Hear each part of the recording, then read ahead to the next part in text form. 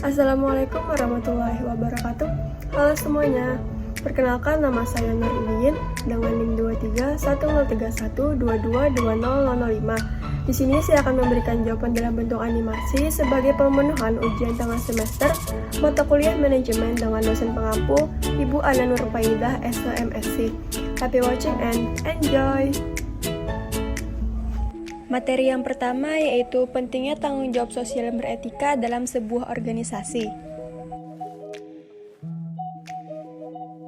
Dalam pengoperasian sebuah organisasi maupun perusahaan, tentu tidak selalu mengalami kemajuan. Selalu ada rintangan-rintangan di dalamnya. Rintangan tersebut tidak selalu datang dari luar, melainkan bisa juga dari dalam perusahaan, seperti gejala sosial antar pegawai dan sebagainya. Perusahaan perlu memperhatikan situasi sekitar.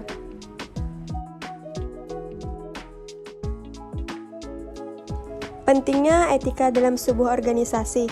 Organisasi yang memiliki etika profesi yang baik akan menciptakan lingkungan kerja yang sehat dan produktif. Pegawai akan merasa nyaman dan aman dalam menjalankan tugasnya. Mereka juga akan lebih termotivasi untuk bekerja dengan baik dan memberikan hasil maksimal bagi organisasi. Tanggung jawab sosial perusahaan atau Corporate Social Responsibility atau CSR adalah suatu konsep bahwa organisasi, khususnya perusahaan, memiliki berbagai bentuk tanggung jawab terhadap seluruh pemangku kepentingannya, yang diantaranya adalah konsumen, karyawan, pemegang saham, komunitas, dan lingkungan dalam segala aspek operasional, yang mencakup aspek ekonomi, sosial, maupun lingkungan. Apa peran penting tanggung jawab sosial secara beretika dalam berorganisasi, yaitu yang pertama, memastikan kepatuhan terhadap standar etika. Anggota organisasi memiliki tanggung jawab untuk memastikan bahwa organisasi dan individu di dalamnya beroperasi sesuai dengan standar etika yang tinggi. Ini mencakup menjaga integritas, kejujuran, dan keadilan dalam semua aktivitas dan keputusan yang diambil. Yang kedua yaitu membangun reputasi positif. Tanggung jawab sosial membantu organisasi membangun reputasi positif di mata masyarakat, pelanggan, dan pemangku kepentingan lainnya. Organisasi yang berkomitmen pada tanggung jawab sosial cenderung lebih dihargai dan dihormati oleh masyarakat, yang dapat meningkatkan citra merek dan kepercayaan. Yang ketiga adalah mendorong praktik bisnis berkelanjutan. Tanggung jawab sosial beretika mengharuskan anggota organisasi untuk mempertimbangkan dampak jangka panjang dari keputusan bisnis terhadap masyarakat, lingkungan, dan ekonomi. Mereka harus mempromosikan praktik bisnis yang berkelanjutan, serta pengurangan limbah, efisiensi energi, dan perlindungan lingkungan. Selanjutnya yaitu memperhatikan kesejahteraan karyawan. Kesejahteraan dan hak-hak karyawan harus dihormati dan dipertimbangkan dalam setiap keputusan dan kebijakan perusahaan. Ini termasuk memastikan lingkungan kerja yang aman dan sehat, memberikan kompensasi yang adil, dan memberikan kesempatan untuk pengembangan karir dan keseimbangan kerja hidup yang sehat.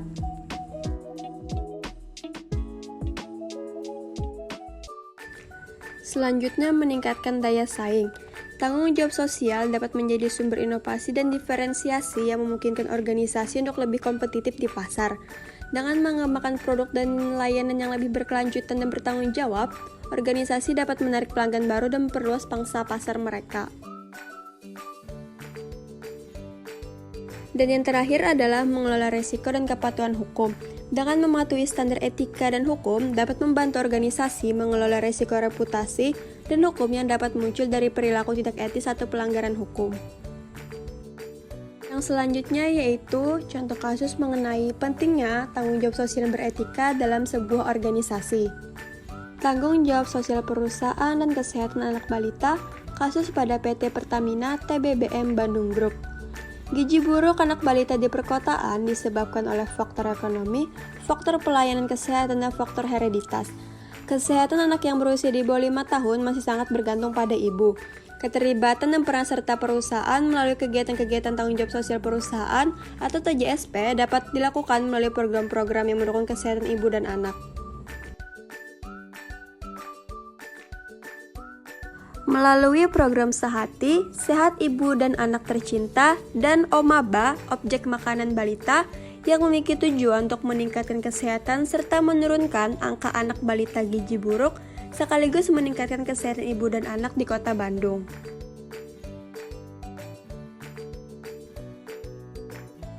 Keberhasilan program-program CSR dalam bidang kesehatan ibu dan anak tidak lepas dari kerjasama antara pihak perusahaan dengan komite kesehatan di masyarakat. Keterlibatan masyarakat penerima program CS sangat esensial untuk menjaga kesinambungan program. Materi yang selanjutnya yaitu pentingnya perencanaan dalam sebuah organisasi.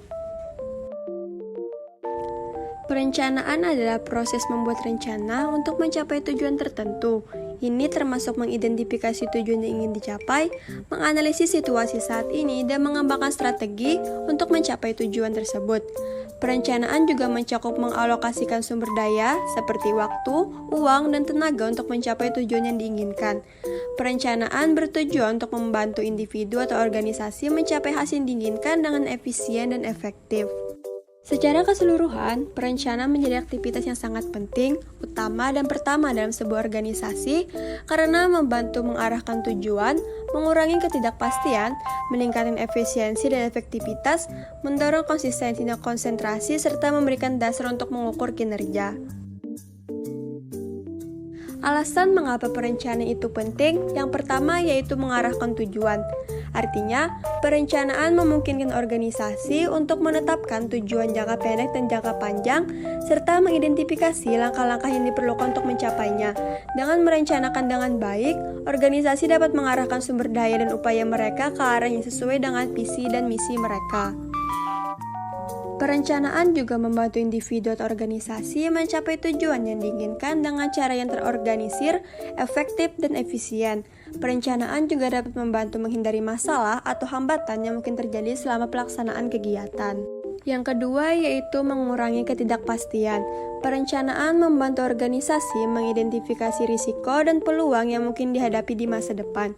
Dengan merencanakan dengan cermat, organisasi dapat mengantisipasi perubahan lingkungan eksternal dan internal serta mengambil alih langkah-langkah untuk mengurangi ketidakpastian dan menghadapinya dengan lebih baik.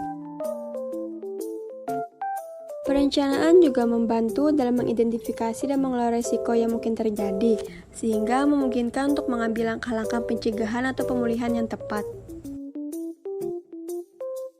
Yang ketiga yaitu meningkatkan efisiensi dan efektivitas. Dengan merencanakan kegiatan-kegiatan mereka, organisasi dapat meningkatkan efisiensi dan efektivitas dalam penggunaan sumber daya mereka, termasuk waktu, uang, dan tenaga kerja. Perencanaan yang baik memungkinkan organisasi untuk mengidentifikasi prioritas, menetapkan batas waktu, dan mengalokasikan sumber daya secara optimal. Yang keempat adalah mendorong konsistensi dan konsentrasi. Perencanaan membantu organisasi untuk tetap fokus pada tujuan-tujuan mereka dan untuk tetap konsisten dalam strategi dan tindakan mereka. Dengan memiliki rencana yang jelas, organisasi dapat menghindari penyebaran terlalu banyak dan memastikan bahwa semua sesuai dengan tujuan awal. Lalu yang terakhir adalah pengukuran kerja.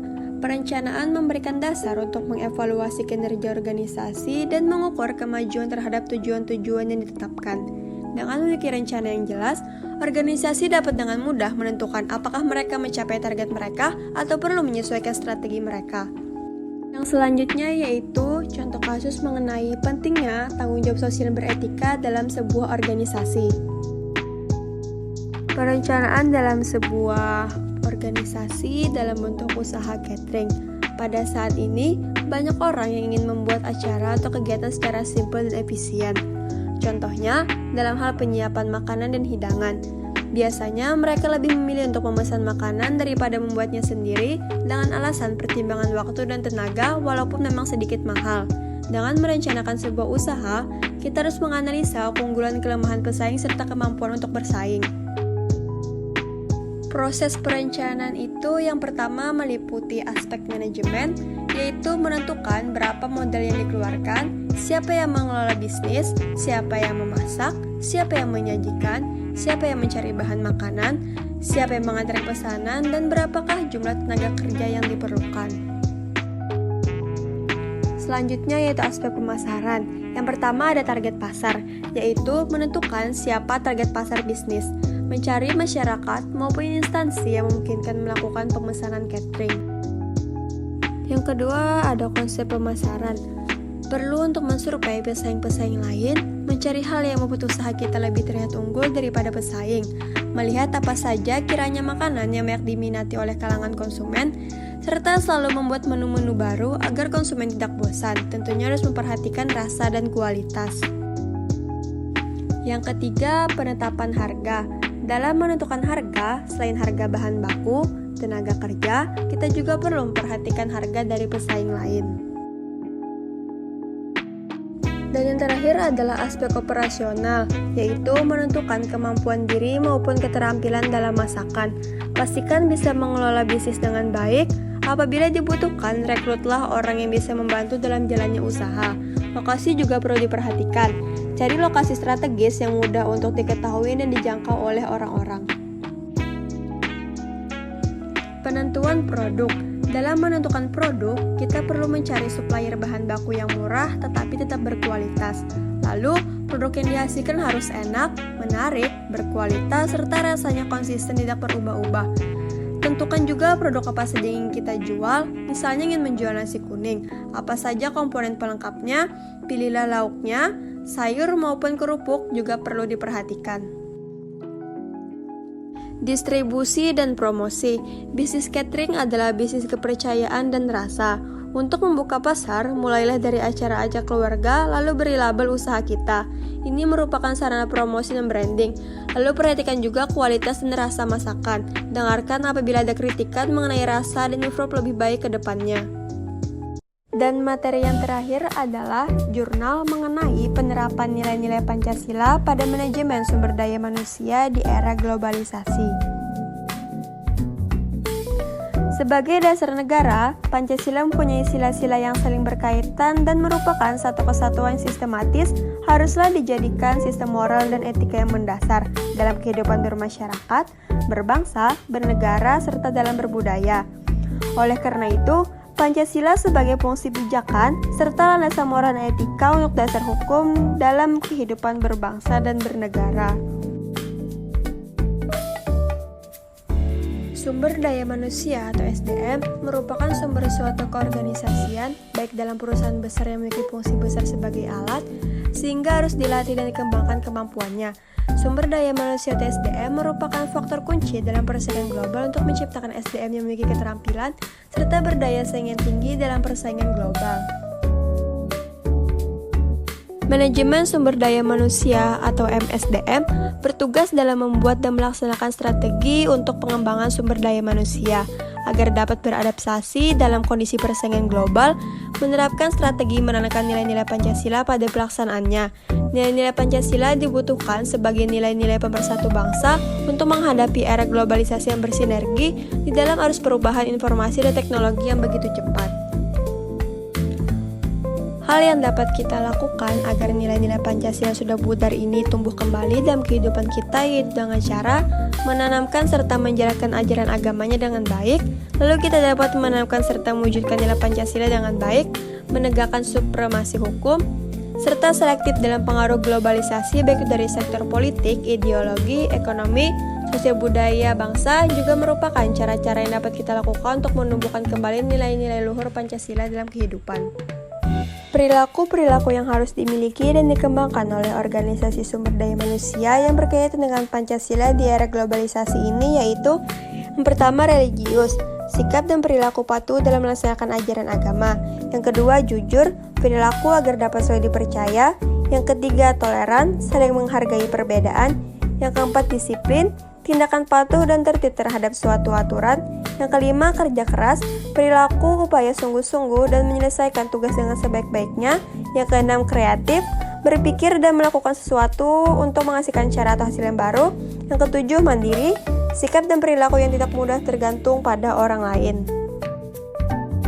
Yang kedelapan ada demokratis, cara berpikir, bersikap, dan bertindak yang menilai sama hak dan kewajibannya. Yang kesembilan rasa ingin tahu, sikap dan tindakan selalu berupaya mengetahui lebih dalam dan meluas. Yang ke-10, semangat kebangsaan, cara berpikir, bertindak dan berwawasan mendahulukan kepentingan bangsa dibandingkan kepentingan sendiri. Yang ke-11, cinta tanah air, sikap setia, peduli dan penghargaan tinggi terhadap bangsa. Yang ke-12, menghargai prestasi, sikap dan tindakan yang mendorong dirinya menghasilkan sesuatu yang berguna bagi masyarakat. Yang ke-13, cinta damai, perkataan dan tindakan menyenangkan orang lain. Yang ke-14 yaitu gemar membaca, meluangkan waktu untuk membaca. Yang ke-15 peduli lingkungan, selalu berupaya mencegah kerusakan pada lingkungan. 16 peduli sosial, selalu ingin memberi bantuan kepada orang lain dan masyarakat yang membutuhkan. Yang terakhir adalah tanggung jawab, selalu melaksanakan tugas dan kewajibannya. Penerapan nilai Pancasila pada sumber daya manusia di era globalisasi ini menjadi suatu hal yang sangat penting untuk diterapkan. Sumber daya manusia harus menerapkan nilai-nilai Pancasila yang sesuai dengan tatanan hidup masyarakat dalam kehidupan sehari-hari. Penerapan nilai-nilai Pancasila ini juga bersifat universal, sehingga cakupannya sangat luas, yang meliputi persatuan, kesatuan, perdamaian, serta gotong royong dengan mengutamakan kehidupan bersama. Demi membangun sikap yang bermoralitas di era globalisasi saat ini, tentu saja menjadi sangat penting apalagi dalam sumber daya manusia, agar menghasilkan pekerja yang unggul, berkompeten, bermoralitas, serta berkarakter yang baik, dan menjadikan sumber daya manusia yang berkualitas, berdedikasi tinggi untuk Indonesia sebagaimana yang diharapkan. Dan dari semua hal ini tentu saja tidak terlepas dari penerapan nilai Pancasila yang baik pada sumber daya manusia.